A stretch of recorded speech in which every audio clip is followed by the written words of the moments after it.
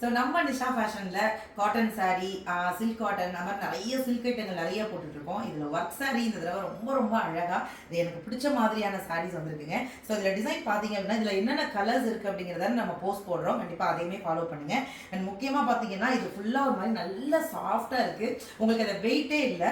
அதில் பார்டரில் மட்டும் நல்லா அழகாக கல் வச்சுருக்குங்க. இதோட பெரிய ப்ளஸ்ஸே பார்த்தீங்கன்னா இதோட ப்ளவுஸ் தான் எனக்கு ரொம்ப பிடிச்சிருந்தது.